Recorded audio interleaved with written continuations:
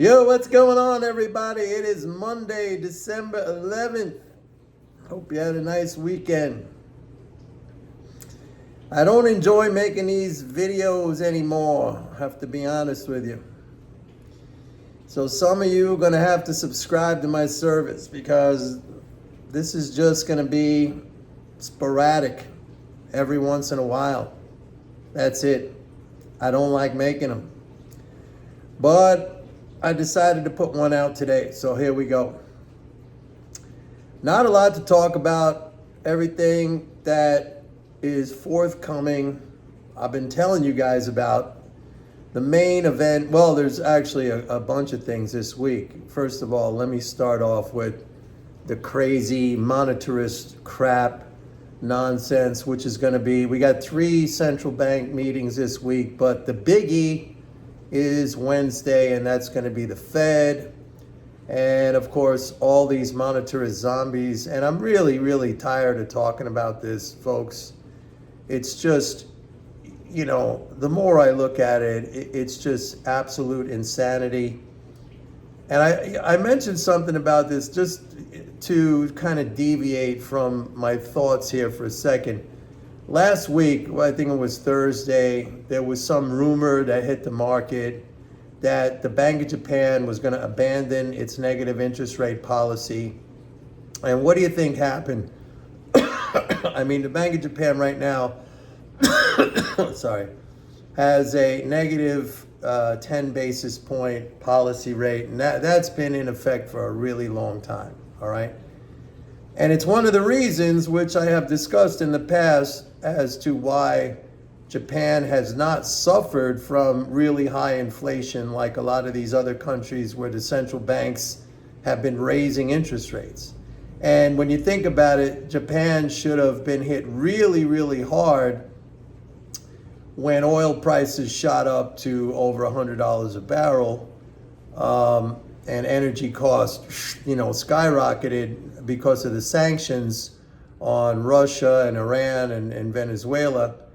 And the reason why that didn't happen was because the Bank of Japan stuck with the negative interest rate. And the negative interest rate just keeps inflation low or lower than it would have been if it was also hiking rates like these other crazy central banks. But anyway, last Thursday, there was some talk that the Bank of Japan was going to abandon this policy. Now, let's just be clear. It's going to go, if it's going to happen, it's going to go from negative 10 basis points to 0. So again, I mean, we're talking about the most incremental, minuscule shift in policy.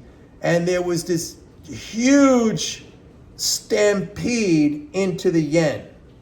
The zombies, the monetarist zombies bought the yen. Oh my God, they're going to maybe go from negative 10 basis points to 0. We better load up on yen right now.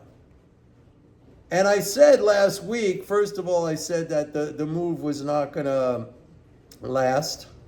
And I also said that if, in fact, the Bank of Japan starts raising interest rates, that's it for the yen. It's already been going down. It's like at a 32-year low against the dollar. It's just going to go right down the tubes.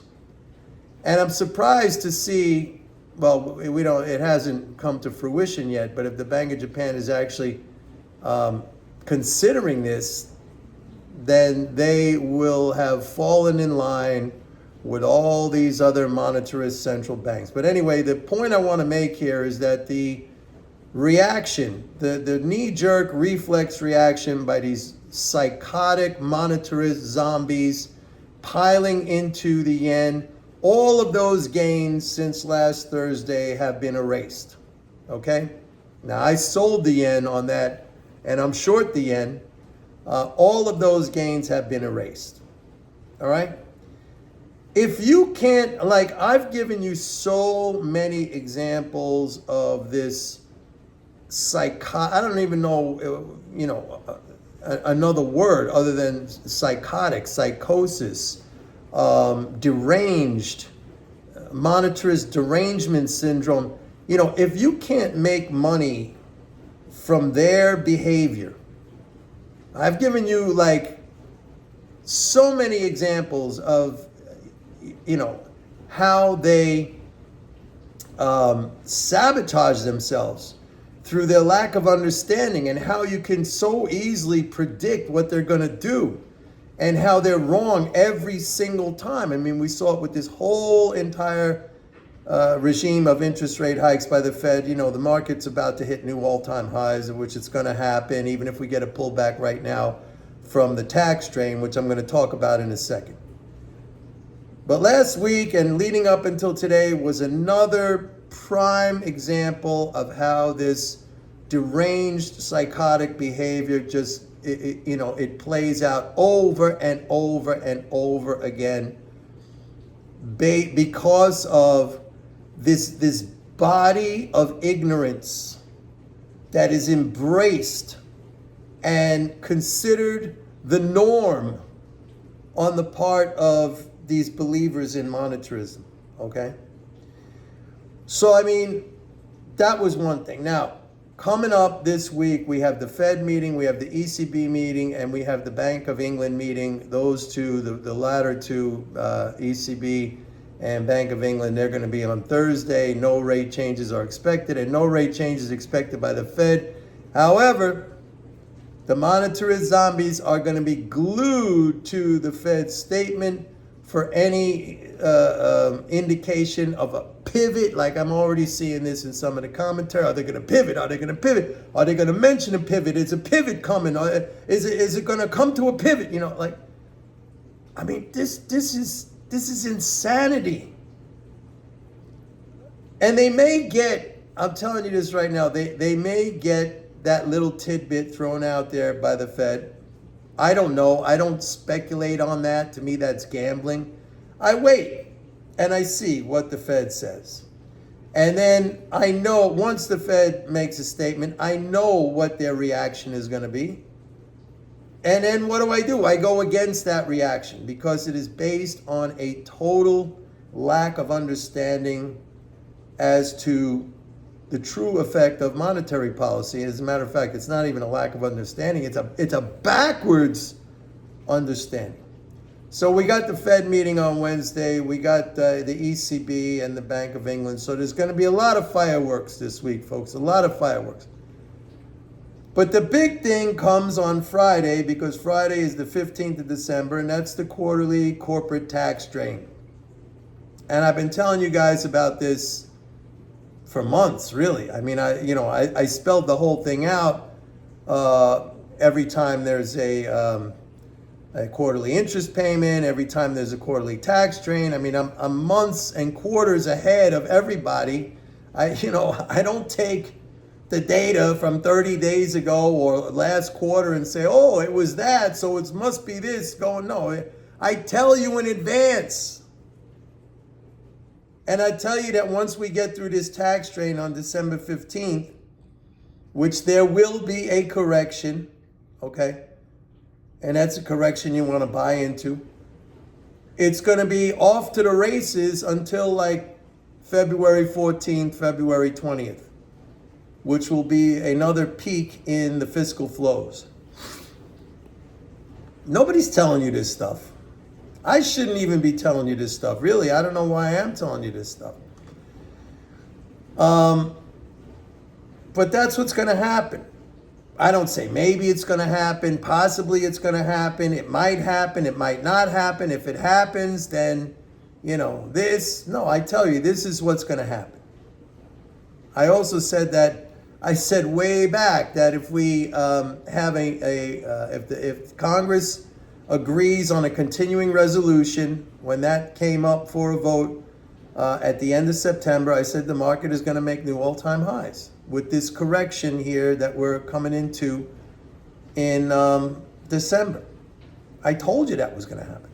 I told you that was going to happen with total confidence. And again, this is not me patting myself on my back and, bragging about it. No, it's just like these things are knowable.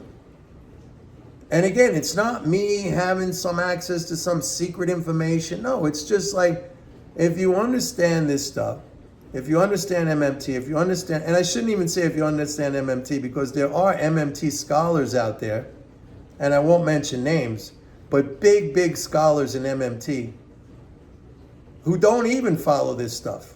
And I've had conversations with a number of them about this, and it's like, oh, they kind of dismiss it, but I mean, that's their thing. They're in academia. They're not in trading and investing. And I tell you these things. So we have that.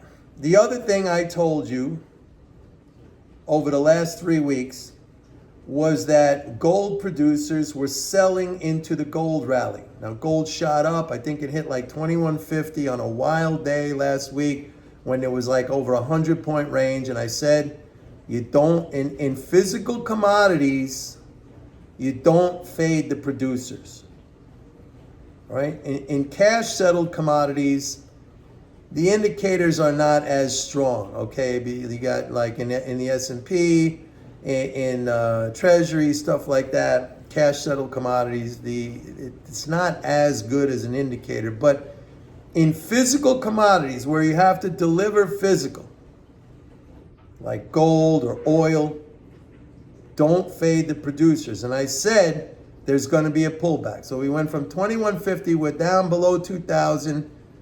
Last week, guess what? The producers started nibbling again on the buy side. Not a lot, a little bit, but they came back in on the buy side. And that's why now, I shouldn't even be telling you this, but now under 2000 here, you start to buy. And again, folks, I don't tell you, you got to micro time this thing to the perfect. I said, timing doesn't get you rich. Time gets you rich. Okay? There's a huge difference between those two things. And if you're sitting around there trying to, pinpoint exactly, then what happens? You never take action. You wait until everything is perfect. Folks, in life, it's never the case where everything is perfect. If you happen to get it once in a while, then you're just lucky, okay? I don't do it like that.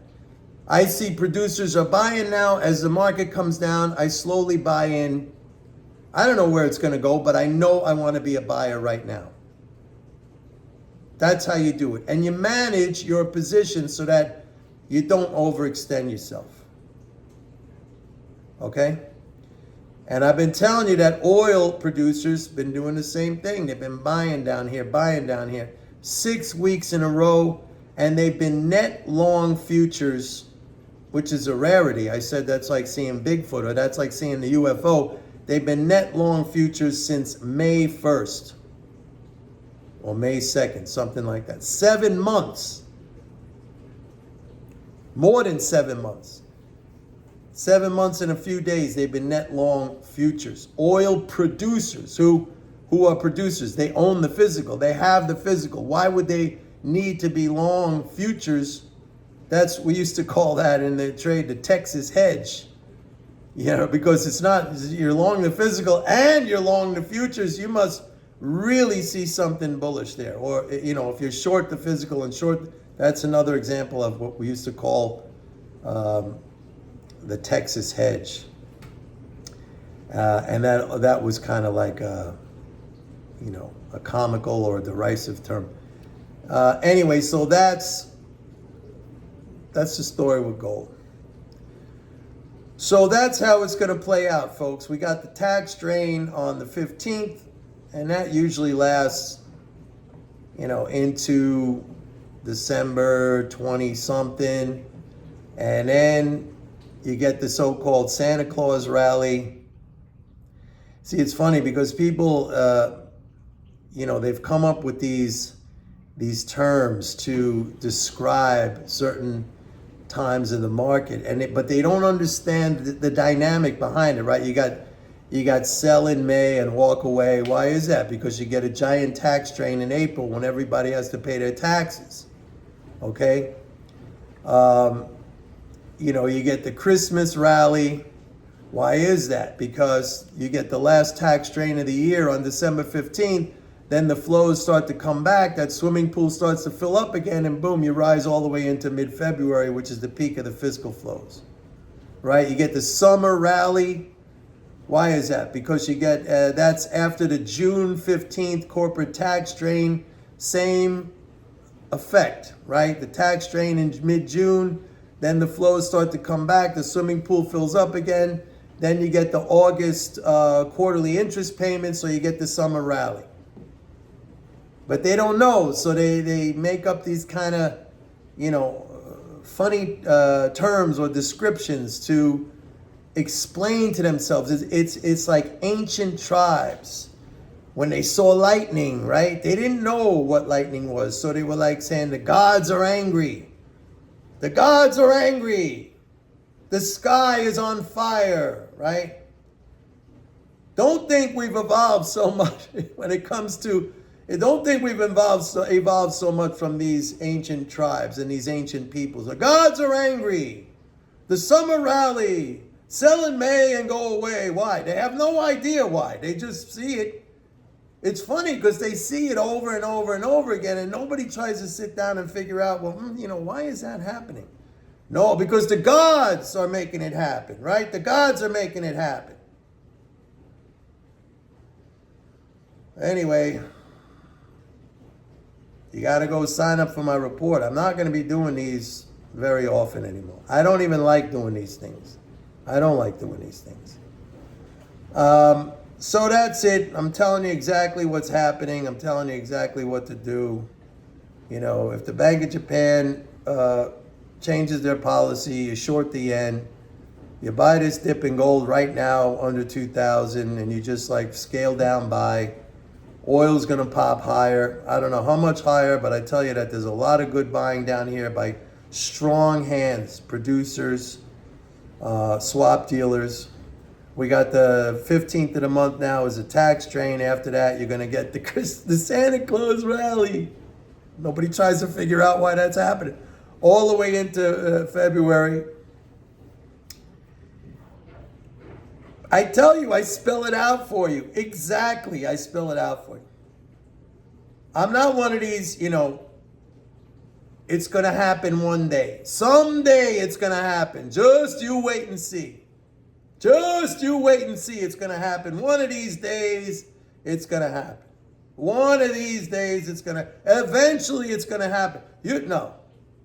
That's about as useful as, telling me that one day the earth is not going to revolve around the sun. Actually, that's more useful. I won't be around. None of us will be around, but that's actually going to happen one day. These other things, that's another thing I saw today was the governor of, Virginia, this guy, Glenn Youngkin. I think that's how you pronounce his name. He said there's going to be a recession in 2024. Well, this guy predicted a recession in 2023, like everybody else except me. But that didn't happen. And now, what do they all said, well, now it's going to come in 2024. Right? Eventually it's going to happen. Someday it's going to happen. You'll see. One day it's going to happen. One day the earth is not going to revolve around the sun. That's truer than all those other statements. Happens to be. Anyway, that's it for today, folks. Don't forget, go to my website, pitbulleconomics.com. Sign up for a 30-day free trial of MMT Trader. Bye.